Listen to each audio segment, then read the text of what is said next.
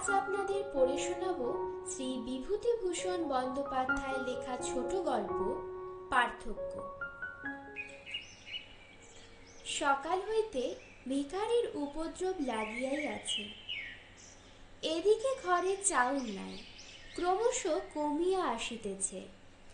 গৃহিণী জানাইলেন, চাউল যা আছে তাহাতে আর দিন চারেক চলিবে। বাজারে চাউল নাই এ কথা বলিলে ভুল হইবে। আছে চোরা বাজারে ৩৭ টাকা মণ।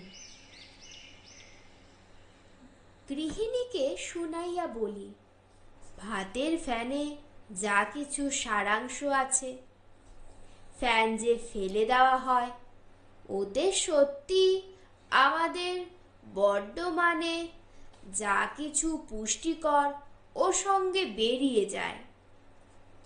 সাহেবেরা ফ্যান ফেলে না, জাপানিরা ফেলে না। আমার ইঙ্গিত বাড়ির কেহই বুঝিল না। ঝরঝরে ভাত খাইতে লাগিলাম। শুনিলাম আর ২ দিন চলিবে চাউলে।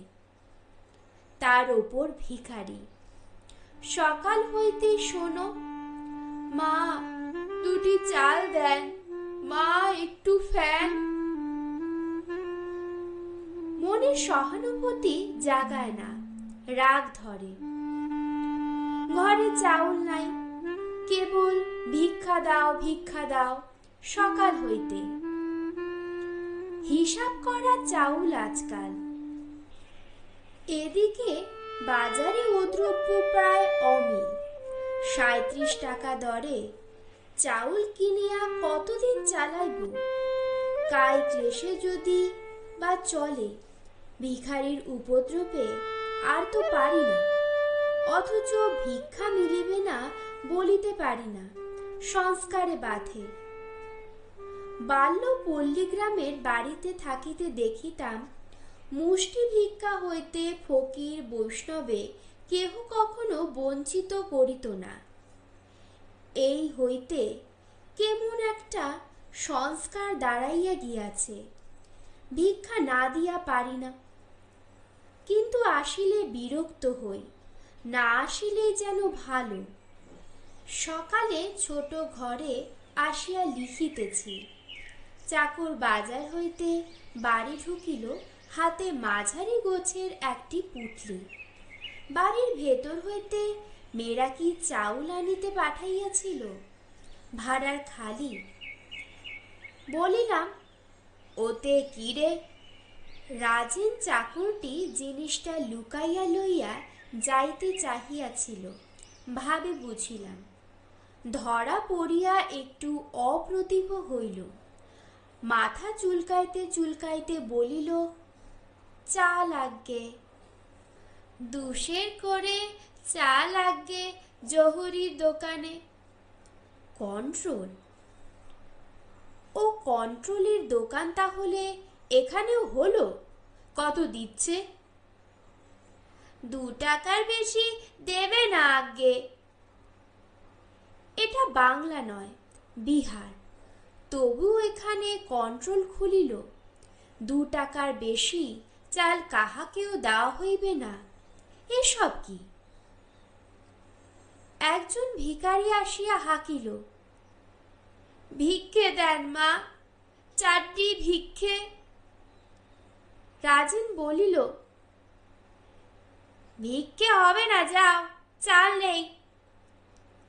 লিখিতে লিখিতে বলিলাম, দে ১ মুঠো দে। সঙ্গে সঙ্গে আসিল আর একজন, তাহাকেও ভিক্ষা দেওয়া হইল। বেলা ৯টা আন্দাজ সময়ে আরো ২ জন ভিক্ষা লইয়া তাহারাও চলিয়া গেল। এইবার একজন বৃদ্ধের কণ্ঠ শোনা গেল। মনে তখন বিরক্তি ধরিয়াছে। রাজেনকে বলিলাম, ভিক্ষা না দেয়। কিন্তু তবুও লোকটা কেন দেরি করিতে লাগিল? কেন তবুও যায় না? বারবার একঘেয়ে চিৎকার করিতে লাগিল। বড়ই রাগ হইল। বাহির হইয়া বলিলাম, ভিক্ষে হবে না, চলে যাও। আবার কি? লোকটি বৃদ্ধ, পরনে এক টুকরা মলিন ন্যাকড়া, হাতে একটা তোবড়ানো টিনের মগ, জীর্ণ শীর্ণ চেহারা বটে, তবে বাংলাদেশের ভিখারির মতো কঙ্কালসার নয়। লোকটা মগ তুলিয়া টানিয়া টানিয়া বলিল, একটু ফ্যান দাও বাবা, বড্ড খিদে পেয়েছে।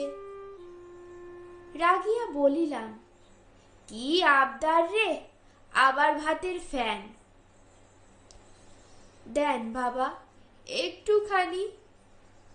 ভাগ এখান থেকে, যা আবদার দেখো। কোন সকালে রান্না হয়েছে, এখন ফ্যান রয়েছে ওর জন্যে?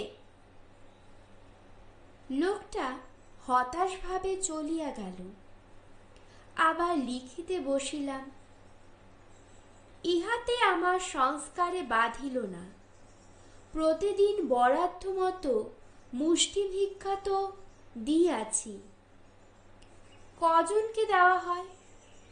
বেলা বাড়িল, স্নান করিতে যাইব।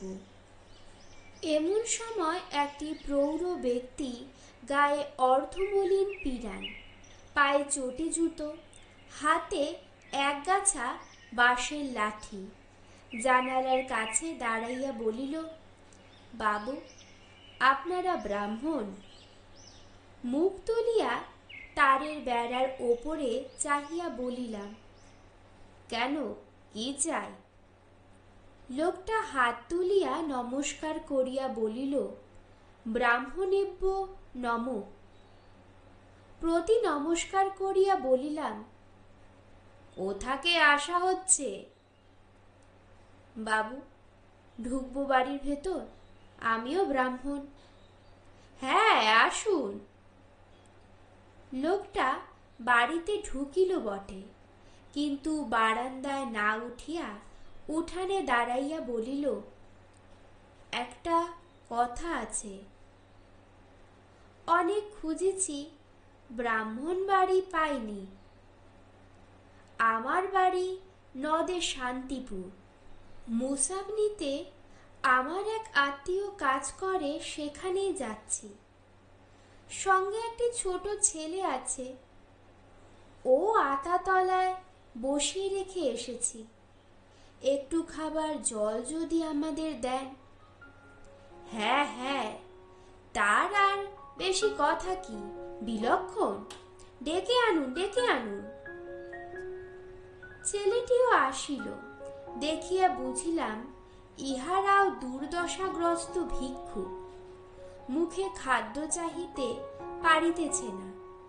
বলিলাম, আপনাদের এখনো খাওয়া হয়নি তো? এত বেলায় কোথায় যাবেন?